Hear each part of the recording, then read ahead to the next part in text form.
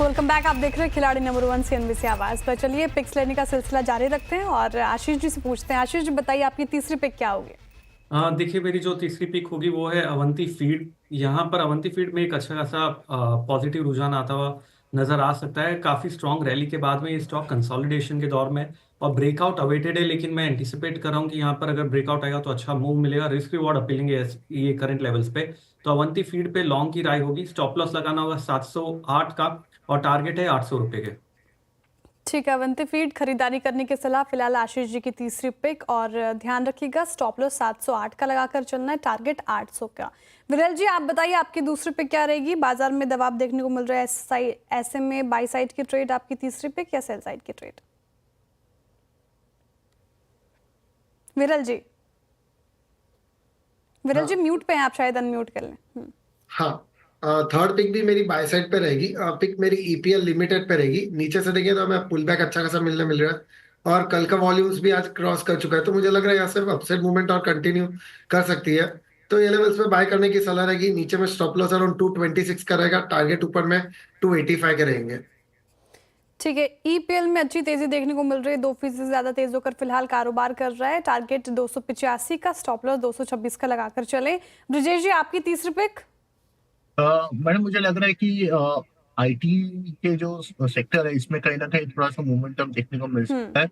एक trading opportunity के नजरिए से देख रहा हूँ मैं। टीसीएस में मुझे लग रहा है एक ट्रेडिंग अपॉर्चुनिटी हो सकती है। करेंट प्राइस में हम इसको बाय कर सकते हैं। इसका जो स्टॉप लॉस है वो रहेगा 4020 का और जो मैं टारगेट देख रहा हूँ 4075। ठीक है, टीसीएस फिलहाल इसमें भी तेजी देखने को मिल रही है। गिरते बाजार में आधे फीसदी तेज होकर टीसीएस फिलहाल कारोबार करता हुआ। देखिए टारगेट और स्टॉप, सर ब्रिजेश जी एक बार टारगेट दोहराए दोबारा। 4075 का टारगेट के लिए मैं इसमें छोटा मुंह है, काफी छोटा मुंह देख रहा हूँ मैं इसमें। तो 4075 के टारगेट के लिए इसमें लॉन्ग करना चाहिए। ठीक है, 4075 का टीसीएस का टारगेट फिलहाल और स्टॉप लॉस ध्यान रखिएगा 4020 का लगाकर इनफैक्ट आपको चलना है। तो टीसीएस पे ये फिलहाल रणनीति ब्रिजेश जी की तरफ से आते हुए। चलिए अब बात करते हैं ग्रोथ कोड की, जो ग्रो और सीएनबीसी आवाज की एक खास पहल है। इस पहल के माध्यम से हमने आपको निवेश की बारीकियों और प्रभावी ट्रेडिंग रणनीतियों से रूबरू कराया और अब हम इस सफर के अंत की ओर बढ़ रहे हैं। देखिए इस हफ्ते प्रशांत नायर ने सेबी के होल टाइम मेंबर अनंत नारायण से बात की और समझा कि एसेट एलोकेशन का क्या महत्व है। आप भी सुनिए।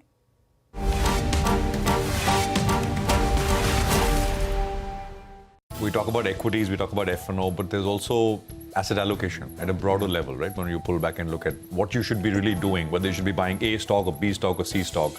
Well, is that the right question to ask, or is an important question to ask? I mean, where are you invested? What asset classes? How important is that to your mind? So Prashant, as a former academic, let me quote a few papers. So 1986, there was this seminal paper by Brinson, Hood and Biebauer, which actually went on to show that a predominant portion of the variance in returns across portfolios is explained because of asset allocation. Less than 10% was explained by stock selection or by timing the market. What that means in English is the following.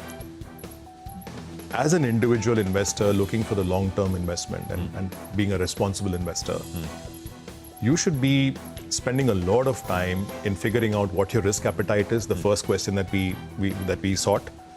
And then based on your risk appetite, you have to create a portfolio, a diversified portfolio, which mirrors that risk return across all asset classes. You know, you've got to have equity, you've got to have debt, you've got to have real estate, commodities, fixed income, all of that put together, right? So you create that portfolio based on your risk appetite. Once you decide your asset allocation, that pretty much will determine 90% of the variation of the returns going forward. Some of our investors tend to spend an inordinate amount of time on picking stocks or on timing the market. 99% of the investors. That's right. So it's a bit of a Pareto principle where we spend inordinate amount of time on something that matters very little. And we don't spend enough time on what really matters, which is doing a thoughtful asset allocation.